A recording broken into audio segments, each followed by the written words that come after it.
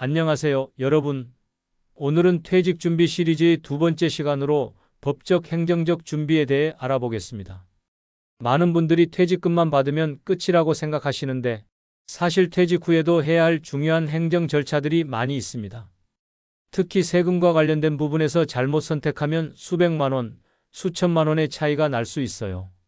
오늘 이 오디오북을 끝까지 들으시면 퇴직 시 꼭 알아야 할 법적, 행정적 절차들을 완벽하게 정리할 수 있을 겁니다.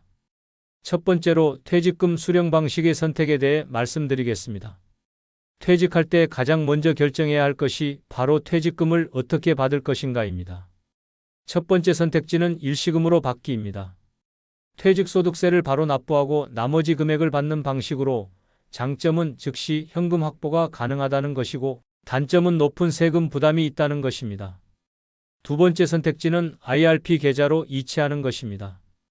퇴직금을 개인형 퇴직연금 계좌로 옮기는 방식으로 장점은 퇴직소득세 이연 효과와 세액공제 혜택이 있고 단점은 55세 이후에만 인출이 가능하다는 것입니다.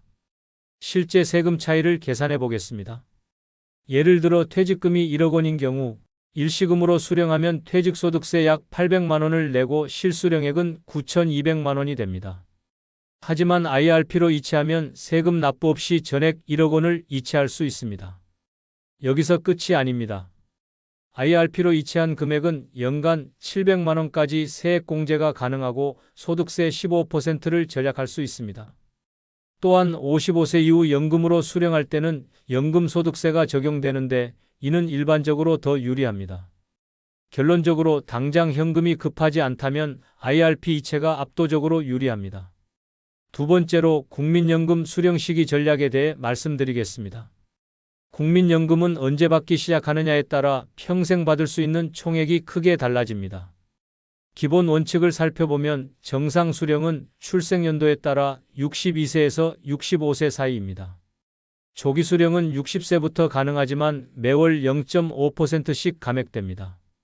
연기 수령은 최대 70세까지 연기할 수 있으며 매월 0.6%씩 증액됩니다.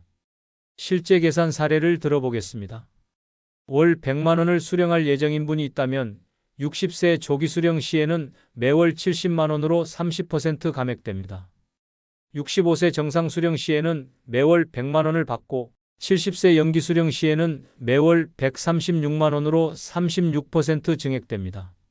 손익분기점을 계산해보면 조기 수령 대 정상 수령은 77세이고 정상 수령 대 연기 수령은 81세입니다.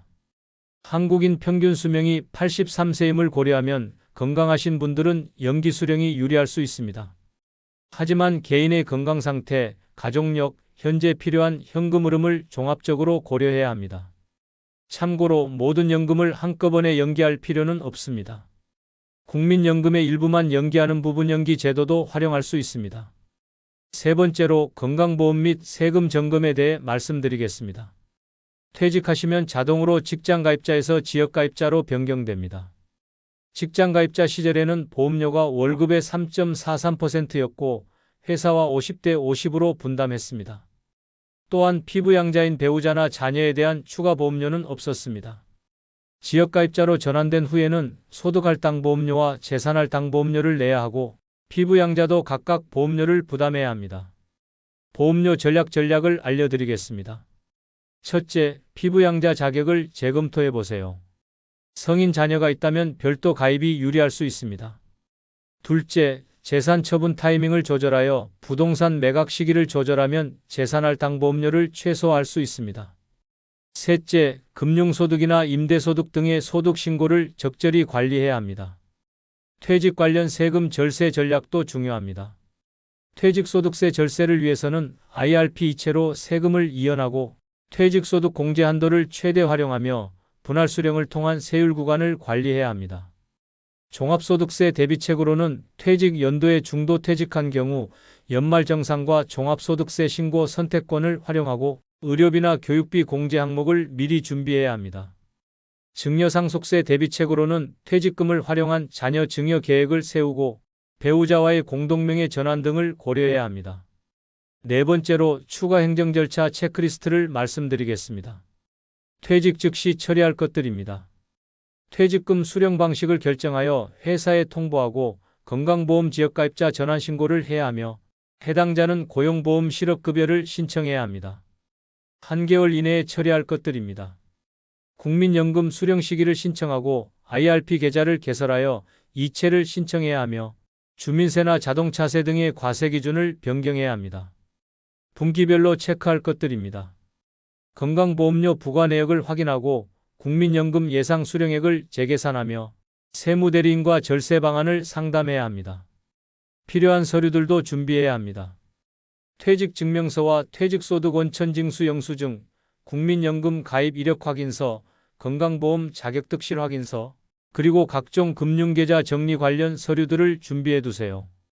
오늘은 퇴직 시 반드시 알아야 할 법적 행정적 준비사항들을 살펴봤습니다. 핵심 포인트 3가지를 다시 한번 정리하겠습니다.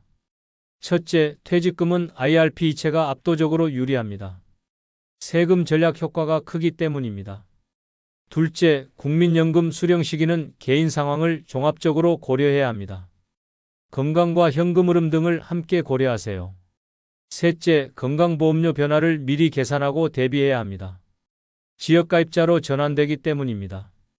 다음에는 퇴직 후 투자 포트폴리오 재구성 전략에 대해 자세히 다뤄보겠습니다.